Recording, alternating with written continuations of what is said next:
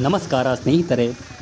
ಇಂದು ನಾವು ಕರ್ನಾಟಕದ ಶಿವಮೊಗ್ಗ ಜಿಲ್ಲೆಯ ಸಾಗರ ತಾಲೂಕಿನ ಹತ್ತಿರ ಇರುವ ಪವಿತ್ರ ಹಾಗೂ ಆಧ್ಯಾತ್ಮಿಕ ಮಹತ್ವ ಹೊಂದಿರುವ ಸ್ಥಳವಾದ ವರದಳ್ಳಿ ಅಥವಾ ವರದಾಪುರದ ಇತಿಹಾಸವನ್ನು ತಿಳಿದುಕೊಳ್ಳೋಣ ಬನ್ನಿ. ವರದಳ್ಳಿ ಕೇವಲ ಒಂದು ಸಣ್ಣ ಗ್ರಾಮವಲ್ಲ, ಇದು ಒಂದು ಪವಿತ್ರ ತಪೋಭೂಮಿ.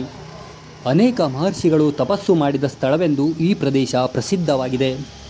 ಪುರಾಣಗಳ ಪ್ರಕಾರ ಮಹರ್ಷಿ ವ್ಯಾಸರು ಹಾಗೂ ಅಗಸ್ತ್ಯ ಮಹರ್ಷಿಗಳು ಈ ಪ್ರದೇಶದಲ್ಲಿ ತಪಸ್ಸು ನಡೆಸಿದರು ಎಂಬ ನಂಬಿಕೆ ಇದೆ. ಈ ಕಾರಣದಿಂದಲೇ ಈ ಭೂಮಿ ಆಧ್ಯಾತ್ಮಿಕ ಶಕ್ತಿಯಿಂದ ತುಂಬಿದೆ ಎಂದು ಭಕ್ತರು ನಂಬುತ್ತಾರೆ. ವರದಳ್ಳಿಯ ಸುತ್ತಮುತ್ತ ಕಾಣಿಸುವ ಹಸಿರು ಪರ್ವತಗಳು, ದಟ್ಟ ಕಾಡುಗಳು ಮತ್ತು ನಿಶ್ಶಬ್ದ ಗುಹೆಗಳು ಇಂದಿಗೂ ಆ ಪುರಾತನ ತಪಸ್ಸಿನ ನೆನಪನ್ನು ಜೀವಂತವಾಗಿರಿಸುತ್ತವೆ.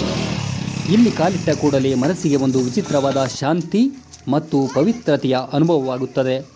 ಪ್ರಕೃತಿಯ ಮಡಿಲಲ್ಲಿ ಇರುವ ಈ ಸ್ಥಳವು ಧ್ಯಾನ ಮತ್ತು ಆತ್ಮಚಿಂತನೆಗೆ ಅತ್ಯಂತ ಸೂಕ್ತವಾಗಿದೆ. ಈ ಪವಿತ್ರ ಪ್ರದೇಶದಲ್ಲಿ ಇರುವ ಪ್ರಮುಖ ದೇವಸ್ಥಾನವೆಂದರೆ ದುರ್ಗಾಂಬಾದೇವಿಯ ದೇವಾಲಯ. ಜನಪ್ರಿಯ ನಂಬಿಕೆಯ ಪ್ರಕಾರ ಈ ದೇವಾಲಯವನ್ನು ಮಹರ್ಷಿ ವ್ಯಾಸರೇ ಪ್ರತಿಷ್ಠಾಪನೆ ಮಾಡಿದ್ದಾರೆ ಎಂದು ಹೇಳಲಾಗುತ್ತದೆ. ಈ ದೇವಸ್ಥಾನವು ಶಕ್ತಿ ಉಪಾಸಕರಿಗೆ ಅತ್ಯಂತ ಪ್ರಮುಖವಾಗಿದೆ.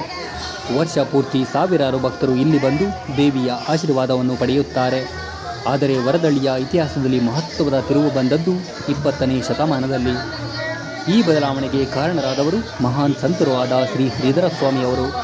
1954ರಲ್ಲಿ ಅವರು ಮಹಾರಾಷ್ಟ್ರದ ಸಜ್ಜನಗಡದಿಂದ ವರದಳ್ಳಿಗೆ ಬಂದರು. ಅವರ ಆಗಮನವು ಈ ಸ್ಥಳದ ಆಧ್ಯಾತ್ಮಿಕ ಮಹತ್ವವನ್ನು ಇನ್ನಷ್ಟು ಹೆಚ್ಚಿಸಿತು. ಭಕ್ತರ ನಂಬಿಕೆಯ ಪ್ರಕಾರ ದುರ್ಗಾಂಬಾ ದೇವಿಯ ದೈವಿಕ ಸೂಚನೆಯ ಮೇರೆಗೆ ಅವರು ಈ ಸ್ಥಳವನ್ನು ಆರಿಸಿಕೊಂಡರು. ಈ ಘಟನೆ ವರದಳ್ಳಿಯ ಇತಿಹಾಸದಲ್ಲಿ ಒಂದು ಪ್ರಮುಖ ಘಟ್ಟವಾಗಿದೆ. ವರದಳ್ಳಿಯಲ್ಲಿ ಅವರು ಒಂದು ಆಶ್ರಮವನ್ನು ಸ್ಥಾಪಿಸಿದರು.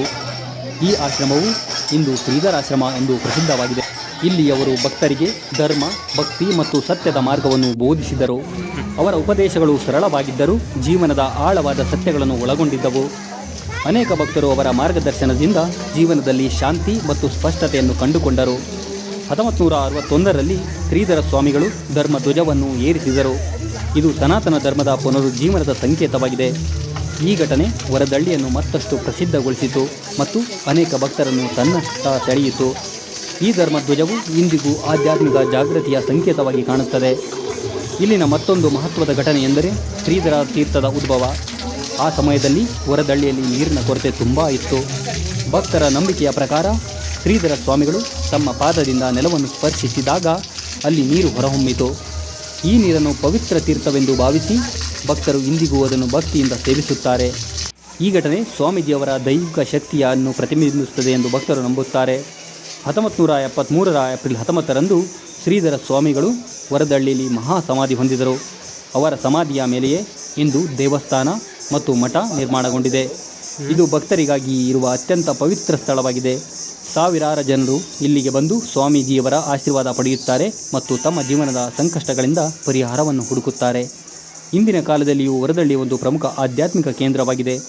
ಪ್ರತಿ ವರ್ಷ ಇಲ್ಲಿ ಅನೇಕ ಹಬ್ಬಗಳು, ಪೂಜೆಗಳು ಮತ್ತು ಧಾರ್ಮಿಕ ಕಾರ್ಯಕ್ರಮಗಳು ಭಕ್ತಿಭಾವದಿಂದ ನಡೆಯುತ್ತವೆ.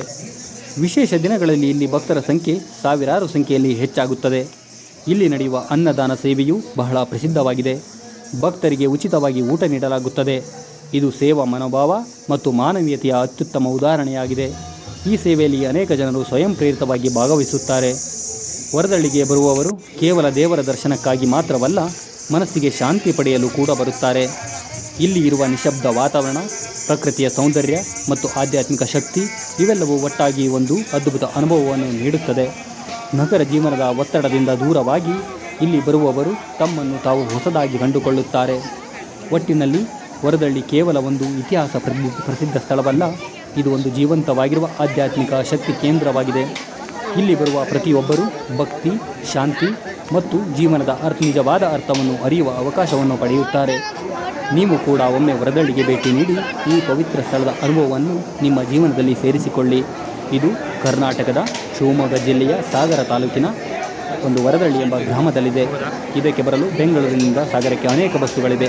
ಸಾಗರದಿಂದ ಸುಮಾರು 3 ಕಿಲೋಮೀಟರ್ ದೂರದಲ್ಲಿ ಈ ವರದಳ್ಳಿ ಎಂಬ ಅತ್ಯುತ್ತಮ ದೈವಿಕ ಸಂಕೇತವಾದ ಶ್ರೀ ಶ್ರೀಧರ ಸ್ವಾಮಿಗಳ ಆಶ್ರಮ ಇದೆ. ಇಲ್ಲಿ ಬನ್ನಿ, ಪ್ರಕೃತಿಯ ಸೌಂದರ್ಯವನ್ನು ಸವಿಯಿರಿ ಹಾಗೂ ದೇವರ ಕೃಪೆಗೆ ದೇವರ ಆಶೀರ್ವಾದವನ್ನು ಪಡೆಯಿರಿ. ಎಲ್ಲರಿಗೂ ಒಳ್ಳೆಯದಾಗಲಿ.